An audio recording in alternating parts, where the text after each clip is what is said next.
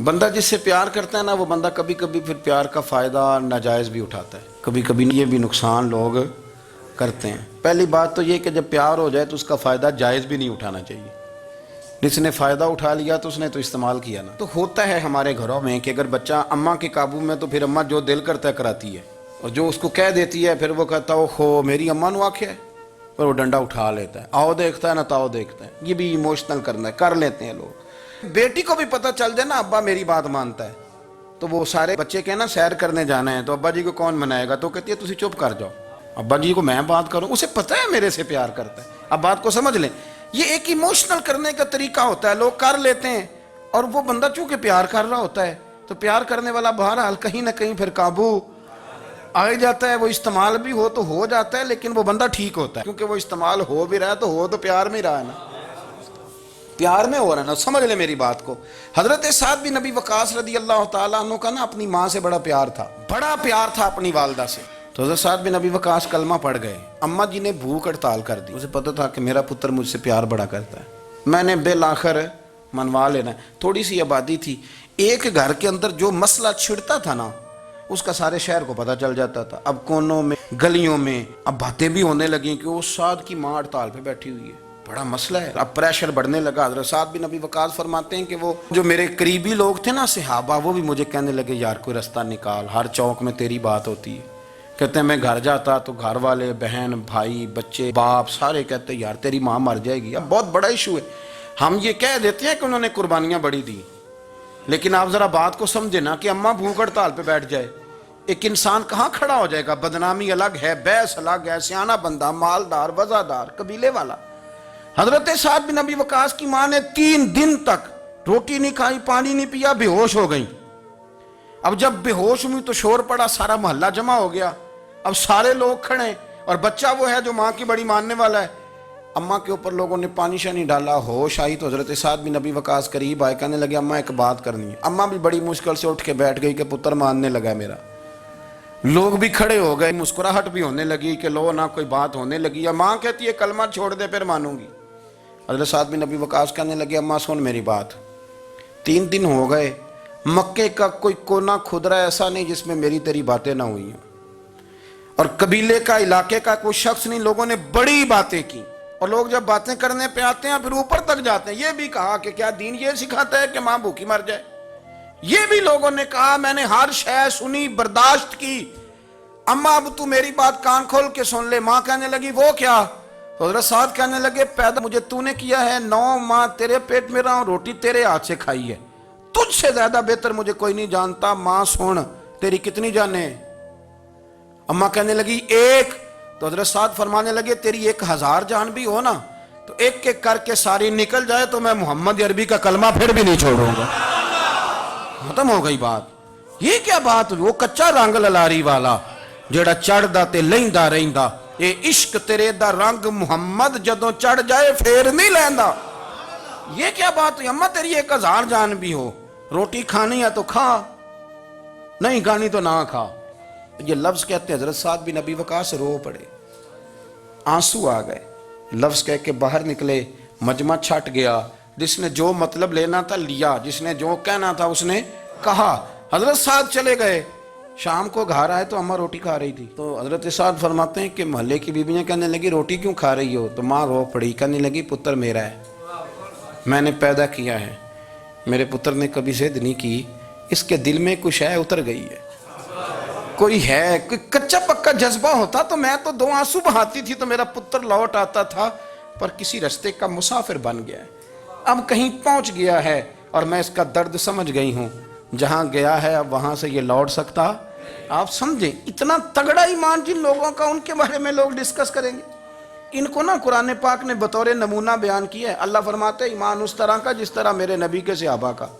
یہ منافقوں کی بات ہو رہی ہے پہلے سے بارے میں، وَإِذَا قِيلَ لَهُمْ آمِنُوا كَمَا آمَنَ النَّاسُ، جب ان سے کہا جائے کہ ایمان اس طرح لاؤ جس طرح میرے نبی کے صحابہ لائے ہیں، قَالُوا أَنُؤْمِنُ كَمَا آمَنَ السُّفَهَاءُ، تو وہ کہتے ہیں اس طرح ایمان لائیں جیسے بیوقوف لائیں، یہ تو بیوقوف ہے، ہر شے نبی پاک پہ قربان کر رہے ہیں۔ تو اللہ فرماتے ہیں أَلَا إِنَّهُمْ هُمُ السُّفَهَاءُ، خبردار ہو جاؤ، میرے نبی پاک کے غلاموں کو بیوقوف کہنے والو تم بیوقوف ہو۔ اللہ کہتا ہے تم پاگل ہو، بیوقوف ہو، اللہ انہیں پاگل کہتا ہے، اللہ پاگل کہتا ہے انہیں جو نبی پاک کے صحابہ کو پاگل کہتا ہے، اللہ انہیں پاگل کہتا ہے۔ یہ معیار ایمان ہے۔ قرآن نے کہا ایمان اس طرح کا جس طرح کا نبی پاک کے وَإِذَا قِيلَ لَهُمْ آمِنُوا كَمَا آمَنَ النَّاسُ، ایمان اس طرح لاؤ جس طرح میرے نبی پاک کے صحابہ ایمان لائے ہیں، اس طرح ایمان۔ حضرت عبداللہ ابن عمر رضی اللہ تعالیٰ عنہ فرمایا کرتے تھے جو دن بھی طلوع ہوتا ہے نا وہ اعلان کرتا ہے، وہ اعلان کرتا ہے اور کہتا ہے بھئی اگر کوئی کام کرنا ہے تو کر لو، میں آج آیا ہوں، آج کے بعد میں دوبارہ نہیں آؤں گا۔ قیمتی ہیرے ہیں زندگی کے لمحے، ان کو ضائع نہ کریں۔ بس کر دیں بڑا ہو گیا سوشل میڈیا، اور بس کر دیں بڑی ہو گئی خبریں، اور بس کر دیں بڑے ہو گئے فضول تبصرے، اور بس کر دیں۔ امام مسلم رحمۃ اللہ تعالیٰ علیہ جنہوں نے مسلم شریف لکھی ہے، امام صاحب کا وصال زیادہ کھجوریں کھانے سے ہوا تھا۔ ایک حدیث تلاش کرنی تھی تو کھجوروں کا ٹوکرا پاس رکھ لیا تو کتابیں بھی ٹٹولتے رہے اور کھجوریں بھی کھاتے رہے، صبح حدیث بھی مل گئی اور ٹوکرا بھی خالی ہو گیا، پر کھجوریں اتنی زیادہ کھا لی تھیں کہ وصال کر گئے۔ کسی نے ان سے کہا کہ روٹی نہیں آپ کھاتے، زیادہ کھجوریں کیوں کھاتے ہیں؟ تو آپ فرماتے ہیں میرا کام ہے حدیث تلاش کرنا، میرا کام ہے حدیث کی سند پر بات کرنا، مسلمانوں کو صحیح اسناد کے ساتھ ان کے پیارے نبی صلی اللہ علیہ وسلم کی خوبصورت باتیں ان تک پہنچانا۔ تو فرماتے تھے روٹی کھاؤں نہ تو مطالعے میں فرق آتا ہے، روٹی توڑنے پر بھی توجہ جاتی ہے، پھر سالن لگانے میں توجہ جاتی ہے، تو کھجور جو ہے یہ منہ میں رکھ کے نہ تو پڑھتا بھی ساتھ ساتھ رہتا ہوں۔ تو روٹی کھانے اور کھجور کھانے میں مجھے فائدہ یہ ہوتا ہے کہ کھجور کھاتے کھاتے میرا دین کا کام جاری رہتا ہے۔ اپنے اوقات کو ضائع نہیں کریں۔ آپ وہ کتابیں جو ہمارے بزرگ لکھ گئے وہ ہم سے ساری پڑھی نہیں جا سکتی، ان کے وقت میں برکت تھی، ہم نے بڑا ٹائم ضائع کر لیا ہے، اس کو ضائع نہ کرو۔ ایک تو کوئی چیز فضول نہیں، اپنے اوقات کو بچائیں، جو ٹائم بچ جائے وہ ذکر الہی میں لگا دیں، تلاوت قرآن میں لگا دیں، اللہ کی عبادت میں لگائیں۔ پڑھنے اور لکھنے میں وقت کو آپ یقین کریں، بہت سارے لوگ ہیں فارغ ہیں، کبھی کبھی بڑا اہم اور ضروری کام کرنا ہوتا ہے تو بعض دوست ملنے کے لیے آ جاتے ہیں۔ اب ایک ریسرچ جاری ہے، میں ایک تفسیر کو دیکھ رہا ہوں، مجھے ایک بڑا اہم کام کرنا ہے، ایک دوست ملنے کے لیے آیا ہے اور اس سے پوچھا صاحب آپ کیسے ہیں؟ تو کہنے لگا میں فارغ تھا تو میں نے کہا چلو پیر صاحب کے پاس چلتا ہوں۔ تو میں اس سے یہ کہہ رہا ہوں کہ میاں جب میں فارغ ہوں گا تو تب آپ کو آنا چاہیے تھا نا، آپ اس کو وقت گزارنے کا ذریعہ تو نہ سمجھیں، اور پھر اگر آپ آئے ہیں تو آپ کو علمی بات کریں، آپ کو دین کی بات پوچھیں، میں آپ کے ساتھ ڈسکس کروں۔ آپ اگر آ کے اپنے محلے کے کونسلر کی بات چھیڑیں گے تو نہ وہ ہمارے کہنے سے سیدھا ہوا ہے اور نہ اس نے ہونا ہے۔ تو ہم نے فضولیات میں، ابحاث میں، بحثوں میں الجھ کا ٹائم ضائع کیا۔ پلٹ کے دیکھو زندگی میں کتنا وقت ضائع ہوا ہے، یہ کبھی دوبارہ ہمارے ہاتھ یہ کبھی ہاتھ نہیں آئے۔ میرے نبی پاک علیہ السلام نے فرمایا جنتی کبھی افسوس نہیں کریں گے، پر اس بات پر جنتی بھی افسوس کریں گے کہ یار وہ 4 لمحے ضائع کیوں ہو گئے۔ حضرت عبداللہ ابن عمر گزر رہے تھے تو ایک قبر پر نظر پڑی آپ کی، تو آپ نیچے اتر آئے گھوڑے سے، تو تھوڑا سا سائیڈ پہ مصلی بچھایا اور 2 رکعت نماز ادا کی، پھر سفر شروع ہوا۔ تو آپ کے خادم جو ساتھ تھے وہ عرض کرنے لگے حضور آپ کی اس بات کی سمجھ کوئی نہیں آئی کہ آپ نے گھوڑے سے اترے اور صرف 2 رکعتیں پڑھی اور چل دیے۔ تو آپ فرمانے لگے کہ میں جب گزر رہا تھا تو میرے دل میں خیال آیا کہ یہ جو قبر میں لیٹا ہوا ہے نا، یہ تو ترس گیا ہوگا کہ مجھے 2 رکعتوں کا وقت ہی مل جائے۔ حضرت عبداللہ ابن عمر کہتے ہیں میرے ذہن میں خیال آیا کہ قبر میں لیٹ کے ترس رہا ہوگا کہ مجھے 2 رکعتوں کا، لیکن یہاں تو لوگوں نے میرے بھائی 6 گھنٹے گردنیں تھک گئیں موبائل پہ جھکی ہوئی، لیکن محمل اور فضول اور کوئی معنی نہیں اور کوئی مقصود نہیں، اور اس نے یہ کہہ دیا تو اس نے وہ کر دیا، اور اس نے یہ آج کل جو بیماری چلی ہے نا، اس سے سب سے زیادہ نفسیاتی مریض وہ لوگ بن رہے ہیں جن کا تعلق موبائل اور خبروں سے زیادہ ہے۔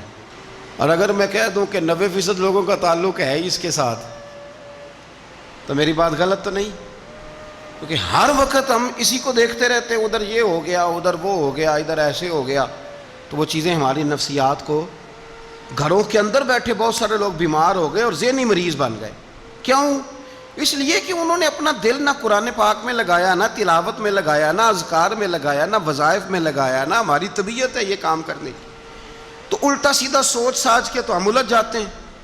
یہ گھروں میں جھگڑے زیادہ کیوں ہوتے ہیں کہ بہو ذکر نہیں کرتی اللہ کا، ساس کے خلاف ہی سوچتی رہتی ہے، اور ساس ناراض نہ ہوں، ساس و سسر جن کی عمر اب اتنی زیادہ ہو گئی ہے کہ اب اگلا سٹیج دنیا سے جانے کا ہی ہے، وہ بھی اتنی توجہ کرتے ہیں کہ یہ میرا بیٹا کیا آج شام کو مٹھائی کا ڈبہ لایا ہے کہ یہاں وہ بالٹے سیب لایا ہے۔ اگر ساری توجہ ادھر دینی تھی تو اس سے زیادہ بہتر نہیں تھا کہ مصلے کو وقت دیتے؟ اتنی باریکی سے لوگوں کا خیال نہ رکھیں، اپنا خیال رکھیں۔ سارے لوگ ہی حکمت والے تھے، سارے لوگ ہی شانوں والے تھے، حضور کے ہر صحابی کی بڑی عظمت ہے۔ کیا شان ہے جناب صدیق اکبر کی، اور کیا مرتبے ہیں حضرت فاروق اعظم کی، اور کیا کمال ہے حضرت عثمان غنی کا۔ لیکن چونکہ ہر پھول کی اپنی خوشبو ہوتی ہے، جو دانائی، جو علم، جو فقاہت، جو اسلوب اللہ نے مولا علی شیر خدا کو عطا فرمایا تھا، جو شانیں اللہ نے مولا کائنات کو عطا فرمائی تھی، وہ تو حدیث آپ نے کئی دفعہ سنی ہوگی کہ حضور نے فرمایا میں علم کا شہر ہوں اور علی اس کا دروازہ ہے۔ میں آج آپ کو ترمذی کی ایک اور حدیث سناتا ہوں۔ نبی پاک علیہ الصلوۃ والسلام نے فرمایا انا دار الحکمت، انا دار الحکمت، انا دار الحکمت۔ کیا خوبصورتی ہے اور کیا شان ہے میرے نبی پاک کی۔ حضور فرمانے لگے میں حکمت کا گھر ہوں، میں حکمت کا گھر ہوں، انا دار الحکمت وعلی بابھا، میں حکمت کا گھر ہوں اور علی اس کا دروازہ ہے۔ علی اس کا دروازہ ہے، اس گھر کا جو گھر حکمت کا خود رسول پاک کی ذات ہے۔ تو حضرت مولا علی شیر خدا کرم اللہ تعالی وجہ الکریم کو اللہ تبارک و تعالی نے حکمت عطا فرمائی، دانائی عطا فرمائی، اللہ نے شانیں عطا فرمائی، ان کو اللہ تبارک و تعالی نے مرتبوں سے نوازا۔ اچھا ہمارے ہاں یہ بھی ہوتا ہے کہ جو پہلوان آدمی ہوتا ہے نا میدان میں لڑنے والا پہلوان، وہ اکثر سیاڑا نہیں ہوتا الا ماشاءاللہ۔ جو کوئی پہلوان جو ہوتا ہے وہ کئی دفعہ عقل مندی والا معاملہ اور فیصلہ نہیں کرتا، لیکن حضرت علی کا کمال یہ ہے کہ ان سے بڑا دلیر بھی کوئی نہیں اور ان سے زیادہ سیاڑا بھی کوئی نہیں۔ حضرت علی شیر خدا اتنی شانوں اور مرتبوں والے آدمی تھے کہ دلیری بھی سب سے زیادہ اور عقل بھی۔ حضرت عبداللہ ابن مسعود رضی اللہ تعالیٰ عنہ فرماتے ہیں کہ اگر حکمت کے 10 حصے کیے جائیں نا دانائی کے، تو اللہ نے 9 حصے مولا علی کو عطا فرمائے تھے اور ایک حصہ باقی ساری کائنات کو عطا فرمایا۔ بڑے فہم والے، فراست والے، دانائی۔ ایک بندہ آ گیا، غیر مسلم تھا، تو کہنے لگا میرے کچھ سوالوں کے جواب ہیں پر کسی نے دیے نہیں کبھی۔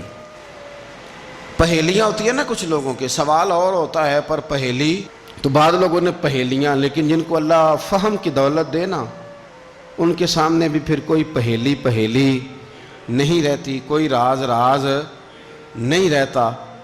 تو جب اس نے آ کے بہت بڑا دعویٰ کیا کہ اگر کوئی میرے سوال کا جواب دے تو میں مان جاؤں، تو پھر مسلمانوں نے کہا کہ نہیں، تو نے بڑا ہی دعویٰ کر دیا ہے، تو شے ہی کوئی نہیں، وہاں تو بڑے بڑے مان گئے، تو ہمارے ساتھ۔ حضرت مولا علی شیر خدا کے پاس لے گئے تو اس نے بڑے بڑے مشکل سوال کیے۔ پہلی بات وہ کہنے لگا آپ مجھے 2 ایسے دوست بتائیں جن میں کبھی لڑائی نہیں ہوئی۔ تو حضرت علی کہنے لگے تو بڑے دعوے کر رہا تھا کہ میں بڑے لمبے سوال پوچھوں گا۔ وہ 2 دوست جن میں کبھی لڑائی نہیں ہوئی وہ جسم اور روح ہیں بھی اکٹھے ساتھ رہتے، دوست بھی ہیں، پر کبھی آپس میں لڑائی، بڑے بڑے گناہ کرتا ہے جسم پر، روح ناراض نہیں ہوتی، وہ ساتھ ہی رہتی ہے۔ اس کی آنکھیں کھل گئیں، اس کو تو کبھی جواب ہی نہیں ملا تھا۔ کہنے لگا اچھا وہ 2 ایسے دوست پھر بتائیں جن میں کبھی صلح نہیں ہوئی۔ تو فرمایا وہ موت اور حیات ہیں، جب موت آتی ہے تو پھر زندگی باقی، ان کی صلح نہیں ہو سکتی، اکٹھے رہ ہی نہیں سکتے۔ اللہ اکبر۔ وہ کہنے لگا یہ تو کمال ہو گئی، اب وہ ذہن کھل گیا۔ کہنے لگا جی اور پوچھ لوں؟ فرمایا تیرا ہی دعویٰ تھا 2 پوچھنے، میں تیار ہوں، تو 100 بھی پوچھ۔ کہنے لگا وہ بی بی جس نے چند لمحوں میں بچہ پیدا کر دیا، فرمایا یہ بھی کوئی مشکل بات ہے؟ وہ حضرت مریم ہے۔ ایک منٹ میں حاملہ ہوئی تھی، اگلے منٹ میں اللہ تعالیٰ نے انہیں تھوڑی سی تکلیف سے گزارا اور اگلے منٹ میں حضرت عیسیٰ پیدا ہو گئے. کوئی مشکل بات ہے؟ کہنے لگا جی وہ دو چیزیں جو حرکت نہیں کرتی، فرمایا یار جلدی پوچھ، ٹائم نہ ضائع کر، جلدی پوچھ. وہ دو چیزیں جو حرکت نہیں کرتی وہ زمین آسمان ہے. اس نے کہا وہ دو چیزیں جو ٹھہرتی نہیں، فرمایا وہ سورج اور چاند ہے جو حرکت ہی کرتے رہتے. کہنے لگے اچھا وہ بتائیں جی جو کھا تو بڑا کچھ کیا پر پیا اس نے کچھ بھی نہیں. تو حضرت علی فرمانے لگے وہ حضرت موسیٰ علیہ السلام کا عصا ہے، جادوگروں کے سانپ سارے ہی کھا گیا پر پانی کا گھونٹ بھی نہیں پیا. حد ہو گئی. وہ شخص کہتا ہے علی کے جواب نے، مولا علی شیر خدا کے جوابات نے میرے اندر ہیجان پیدا کر دیا. میں نے فوراً کہا بتائیں وہ شخص جو کوئی شے نہیں. تو حضرت علی کہنے لگے جو میرے نبی کا کلمہ نہ پڑھے وہ کوئی شے نہیں. کہنے لگے وہ بتائیں جو بڑی شے ہو. فرمایا جو چاہے کہ اس کی عزت کعبے سے بھی زیادہ ہو جائے اور وہ بڑی شے بن جائے تو وہ محمد عربی کا کلمہ پڑھ جائے. گنجا تھا، کوئی شے نہیں تھی، سر پہ بال بھی نہیں تھے، رویا کرتا. اللہ تعالیٰ نے فرشتے کو بھیجا، تجھے کیا چاہیے؟ تو کہنے لگا بال آ جائیں اور تھوڑا مال آ جائے. فرشتے نے ہاتھ پھیرا تو بال بھی آ گئے تو بکریاں بھی آ گئیں، لائنیں لگ گئیں، مال ہی مال ہو گئے. دوسرے کے پاس گیا، وہ کوڑا تھا، اس کو جا کے کہا کیا چاہیے؟ کہنے لگا شفا ہو جائے اور کچھ اللہ تعالیٰ آسانی کر دے. شفا بھی ہو گئی، گائیں بھی دے دی، بھینسیں بھی دے دی، مال ہی مال ہو گئی. پھر ایک کے پاس گیا، وہ اندھا تھا، تجھے کیا چاہیے؟ اس نے کہا آنکھیں مل جائیں اور کچھ ساتھ اللہ مال دے دے. اونٹ ہی اونٹ ہو گئے. جب بڑا نواز دیا تو پھر مالک نے امتحان لینے کا ارادہ کیا. یاری تیری سونا ہے پر آزمائشاں بھی تیریاں اگ، آزمائشاں تیریاں، صحیح کہہ رہا ہوں، آزمائشاں تیریاں، یاری تیری سونا ہے پر آزمائشاں تیریاں. اے سونا پرکھیا جاوندا ہی پہلو نال لگاں دے لگ. اللہ نے فرمایا آزمائش کرو. سب سے پہلے گنجے کے پاس آئے، اسے کہا اللہ کے رستے میں کچھ دیکھا نہیں لگا، میرے خرچے ہی بڑے، دیکھو تو صحیح کتنی مشکل میں وقت گزارتا ہوں، حال ہی کوئی نہیں. تو اس نے کہا میں نے تو سنا ہے تو گنجا اور بھوکا ننگا تھا. کہنے لگا میں تو جدی پشتی رئیس اعظم ہوں، تجھے کس پاگل نے کہا ہے بھاگ جا؟ اس نے کہا اچھا جیسے تو تھا ویسے ہی ہو جائے. کھیت کھلیان اجڑ گئے، پھر سے گنجا ہو گیا. حضور علیہ السلام فرمانے لگے، پھر وہ اس کے پاس گیا جو کوڑا تھا، اسے کہا کچھ دے. کہنے لگا خرچے ہی بڑے. اب پوچھ لیں کسی امیر آدمی سے، کہے گا چکی کے نیچے ہاتھ ہے میرا، میرے سے زیادہ تو اب پریشان بندہ ہی کوئی نہیں. کیا بتاؤں آپ کو، اتنا ٹیکس ہے، اتنا جرمانہ ہے، فلانی شے، بڑا کچھ گنواتے ہیں لوگ. اس نے کہا میں نے تو سنا تو پہلے کوڑا تھا. اس نے کہا جا دوڑ جا، میں تو رئیس اعظم ہوں، دادا بھی پردادا بھی اور ساری نسل ہی. اس نے کہا اچھا جیسے تو تھا ویسے ہی ہو جائے. پھر وہ گیا اندھے کے پاس اور جا کے کہا اللہ کے نام پہ کچھ دے. تو کہنے لگا رب کے نام پہ؟ یہ کھڑے ہیں اونٹ، جتنے تیرے دل کرے لے جا. اس نے کہا کیا معنی اس بات کا؟ کہنے لگا یار تجھے کیا بتاؤں، میں تو اندھا تھا، میں نے تو کبھی دنیا دیکھی نہیں تھی، پھر اس کریم نے فضل کیا تو مجھے بڑا کچھ دکھایا. میں کیا بتاؤں، میرا دل کر رہا ہے کہہ دوں کہ پھر اس نے کعبہ دکھایا، پھر اس نے روضہ رسول دکھایا، پھر اس نے ریاض الجنہ کے سجدے دکھائے، پھر اس نے اپنے محبوب کے دروازے کی رونقیں دکھائیں. اس نے بڑا کچھ دیا، اس نے بڑا نوازا. میرے پاس تو شاید میں بدکار پرانا خادم، کسے در ملی نہ ٹوئی.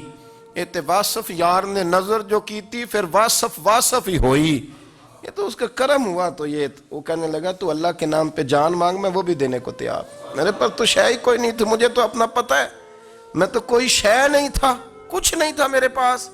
یہ تو ان کا کرم ہے کہ رخ ان کا ادھر ہے، اور مختصر سی میری کہانی ہے، یہ جو بھی ہے ان کی مہربانی ہے.